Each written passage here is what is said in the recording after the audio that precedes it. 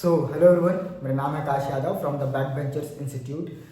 क्या होता है ना, काफ़ी सारे क्वेश्चंस ऑफलाइन क्लासेस में पूछते हैं बच्चे लोग, तो उनका आंसर उनके क्लास में ही देकर ख़त्म हो जाता है। तो उनका आंसर वो बच्चे तो जान ही जाते हैं, लेकिन आप लोग जो मुझे ऑनलाइन में देखते हैं, है ना, वो क्या होता है, उसका आंसर जान नहीं पाते। तो मैं आपसे कोशिश करूँगा कि जो भी ऑफलाइन में क्वेश्चन पूछे जाते हैं about English, about anything, okay, I try to make video about all kind of question and answer. तो उस सभी प्रकार के क्वेश्चन और आंसर को मैं वीडियो फॉर्म में बनाने की कोशिश करूंगा, और मैं धीरे धीरे करके वीडियो अब इस बैक बेंचर्स इंस्टीट्यूट के यूट्यूब चैनल में डाल भी रहा हूँ। इंग्लिश एज अ लैंग्वेज आपको बहुत सारे ग्रामर सीखने की आवश्यकता नहीं होती है, लेकिन उसको एज अ सब सब्जेक्ट पढ़ेंगे जिसमें आपको नरेशन, वॉइस और बहुत सारी चीज़ों को लिखना पड़ेगा, जिसके लिए आपको एक पर्टिकुलर एग्जाम में बैठकर आप नंबर पाने के लिए जब प्रयास करते हैं ना, तब आपको बहुत सारे ग्रामर्स पढ़ने की आवश्यकता पड़ती है दोस्तों। लेकिन अगर आप उसको एज अ लैंग्वेज सीख रहे हैं तो शुरुआती बिगिनिंग के लिए आपको 4-5 ग्रामर के साथ आप अपने इंग्लिश को भी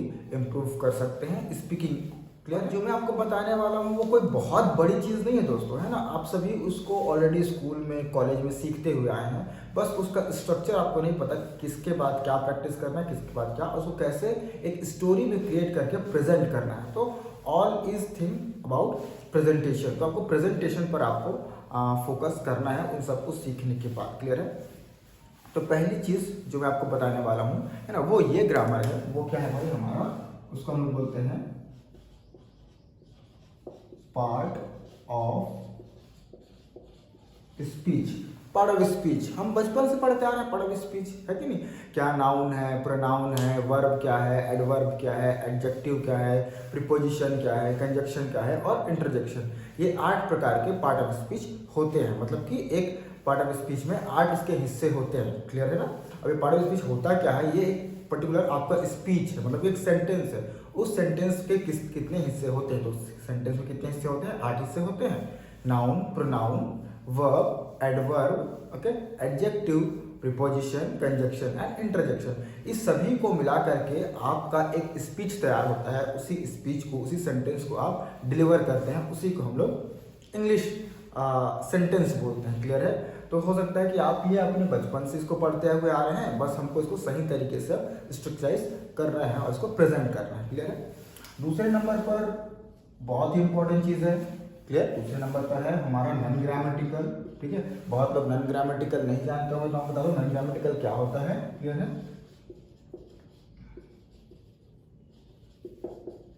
नॉन ग्रामेटिकल, अब नॉन ग्रामेटिकल क्या है कि छोटा मोटा चीज़ जो हम लोग सीखते हैं, ठीक है, जैसे कि use of let, use of let's, use of want to, use of begin to, है ना, ये सब क्या है, नॉन ग्रामेटिकल कहलाता है। ठीक है, जैसे कि मैं वहाँ जाना चाहता हूँ, मुझे जाने दो, हमें जाना चाहिए, इस प्रकार के जो हम सेंटेंस बोलते हैं दोस्तों, इसको हम लोग नॉन ग्रामेटिकल कहते हैं। ठीक है, तो कुछ इंपॉर्टेंस नॉन ग्रामेटिकल आपको सीखने की आवश्यकता होगी, बहुत सारी मत सीखिए, कुछ इंपॉर्टेंस नॉन ग्रामेटिकल मैं आपको बैक बेंचर्स इंस्टीट्यूट की इस यूट्यूब चैनल पर सिखा दूंगा उसको, है ना, चिंता मत करिए।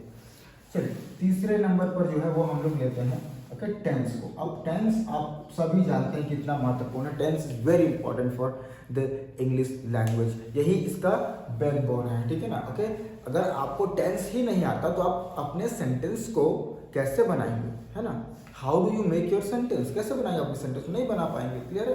तो इसके लिए आपको टेंस सीखना पड़ेगा। Okay, present tense, past tense, future tense, उसके अंदर फिर हमारा present simple, past simple, okay, and present simple and present continuous, present perfect, ये सभी चीज़ को आपको सीखना पड़ेगा। अगर आपके पास कोई ऐसे व्यवस्थाएं नहीं है तो डोंट वरी, मैं सभी चीज़ का वीडियो बनाऊंगा धीरे धीरे करके। ठीक है ना।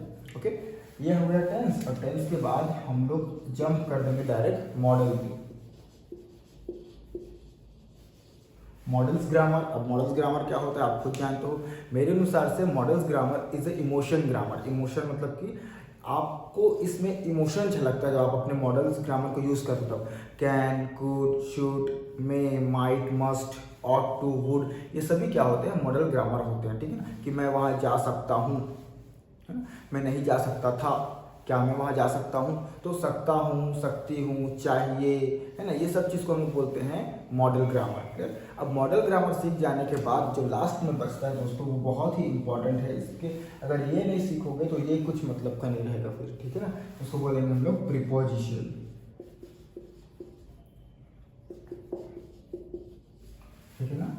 प्रिपोजिशन। अब प्रिपोजिशन इज लाइक कि किसी से हम कुछ सब्जी बना रहे हैं और उस सब्जी में हमको मसाला डालना है, तो वो ये क्या करता है, मसाला डालने का काम करता है प्रिपोजिशन, ठीक है ना। अगर आप किसी सब्जी में मसाला नहीं डालेंगे तो डेफिनेटली उसका स्वाद नहीं अच्छा आएगा, ठीक है ना। उसी प्रकार से आप किसी स्पीच में अपने सेंटेंस में प्रिपोजिशन का यूज़ नहीं करेंगे या टूटा फूटा या कुछ भी गलत प्रिपोजिशन का यूज़ करेंगे तो आपका सेंटेंस उतनी अच्छे से नहीं जम पाएगा, उतने अच्छे से नहीं बन पाएगा, ठीक है ना। तो आपको सेंटेंस को अच्छा बनाने के लिए, आपके स्पीच को अच्छा बनाने के लिए प्रिपोजिशन का यूज़ करना बहुत ही आवश्यकता है। अगर आप इसको यूज़ नहीं करेंगे डेफिनेटली आपका इंग्लिश उतने अच्छे से लोगों तो समझ में नहीं आएगा। तो केवल अगर आप स्टार्ट कर रहे हैं अपने स्पीकिंग को इम्प्रूव करने के लिए तो ये 5 ग्रामर के माध्यम से आप अपने स्पीकिंग को स्टार्ट कर सकते हैं। अब भाई करेंगे कैसे, ये आपने मान लीजिए पार्ट ऑफ स्पीच पढ़ लिया, आपने मैंने ग्रामेटिकल पढ़ लिया, आपने टेंस पढ़ लिया, आपने मॉडल पढ़ लिया, आपने ये पढ़ लिया, तो सिंपल सी बात है आपको स्टार्ट करना है टेंस से। अगर आप हिंदी बोलने वाले व्यक्ति हैं, ठीक है ना, तो ट्राई करिए कि आपने जो घटना आपके साथ आज जो हुआ है ना, उस सभी चीज़ों को अपने डायरी में या एक कॉपी ले लीजिए, रफ कॉपी, नोटबुक, ठीक है ना, उसमें लिखने का प्रयास करिए, ठीक है। आज आपके साथ जो घटना हुआ है, अब वो किससे बनेगा भाई, वो पास्ट सिंपल टेंस से बनेगा, ठीक है ना। मान लीजिए आपको अपने कल के बारे में बताना है तो आप कैसे बताएंगे, सिंपल सी बात है ना कि I got up early in the morning, then I went to park and I did my exercise, clear. इस तरीके से आप अपना बताएंगे, ठीक है। तो लिखने के बाद क्या करिए, उसको लिखने के बाद आप रिकॉर्ड करिए अपने फ़ोन पर, ओके। रिकॉर्ड करके कुछ भी हो सकता है, आप उसको स्टोर करिए, उसको अपने फेसबुक पर पोस्ट करिए या फिर इंस्टाग्राम पर पोस्ट करिए, क्लियर। अगर आपको पब्लिक अभी पसंद नहीं है, पब्लिक में आपको कॉन्फिडेंस नहीं हो रहा है तो आप प्राइवेट कर लीजिए। अब इससे क्या करेंगे, आप इसको प्रैक्टिस करते करते करते करते हो सकता है आपको 1 महीने हो जाए, 2 महीने हो जाए, फिर आपको आने वाला जो है वो कॉन्फिडेंस आएगा। जब कॉन्फिडेंस आएगा तो आपको ऑटोमेटिक क्या होगा, आपका जो कॉन्फिडेंस है वो डेवलप होने लगेगा। जब डेवलप होने लगेगा तो डेफिनेटली आपकी इंग्लिश तो सुधर ही जाएगी फिर। तो शुरुआती के लिए मुझे लगता है ऐसा दोस्तों कि 5 ग्रामर बहुत ही इंपॉर्टेंट है। इसके बाद और शाइनिंग देने के लिए फिर आप वॉइस पढ़ सकते हैं, नरेशन पढ़ सकते हैं, article is also most important part, ठीक ना, वो पढ़ सकते हैं। तो शुरुआत के लिए अगर आपको कन्फ्यूज़न लगता है तो ये 5 ग्राम से शुरुआत करिए और अपने इंग्लिश को इम्प्रूव करिए। अगर और बहुत सारी आपको जानकारी चाहिए for the English, related to English, so just subscribe our YouTube channel. Thank you so much.